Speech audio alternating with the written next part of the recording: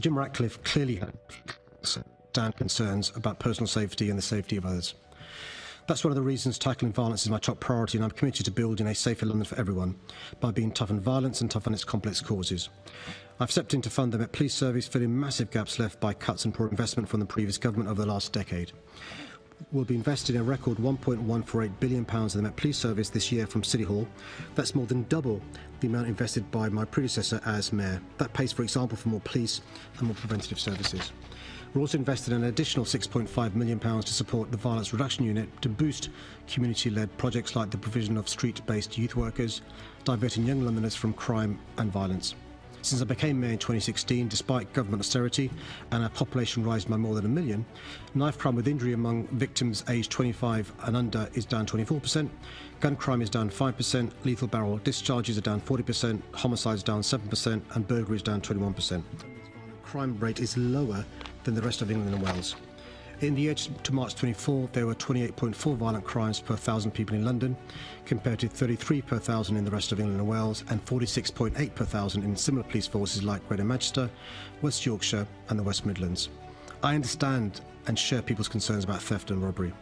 As part of our commitment to tackling these issues, we launched a new robbery reduction partnership earlier this year to reduce robbery and improve joint working between agencies including the Met Police Service, London Councils, the CPS, the Youth Offending Service, TfL, the Safer Business Network, the Violence Reduction Unit and the British Transport Police. In addition, MOPAC and the MPS continue to work with businesses to make London a safer place to work and do business, supporting the work of business crime reduction partnerships and the wider business community. I remain committed to being both tough on crime and tough on its complex causes by investing and collaborating with partners to make London a safer city for everyone. Thank you, Mr. Mayor, for that comprehensive response. Lots of things to look into there, and I was originally intending to use this opportunity to do that. But I think there will be other opportunities in due course, I'm sure. I think as we're talking about public safety and perceptions of public safety, I simply have to turn my attention to some of the scenes that we saw over the weekend.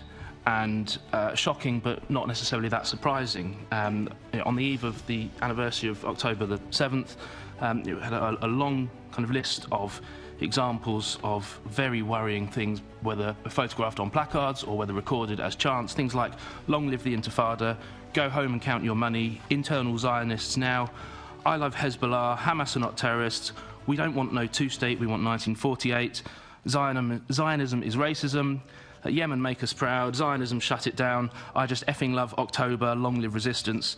All these things, and of course the old favourite, "From the river to the sea," all these things seen, photographed, recorded at events over the weekend with no immediate police response to any of them at the time.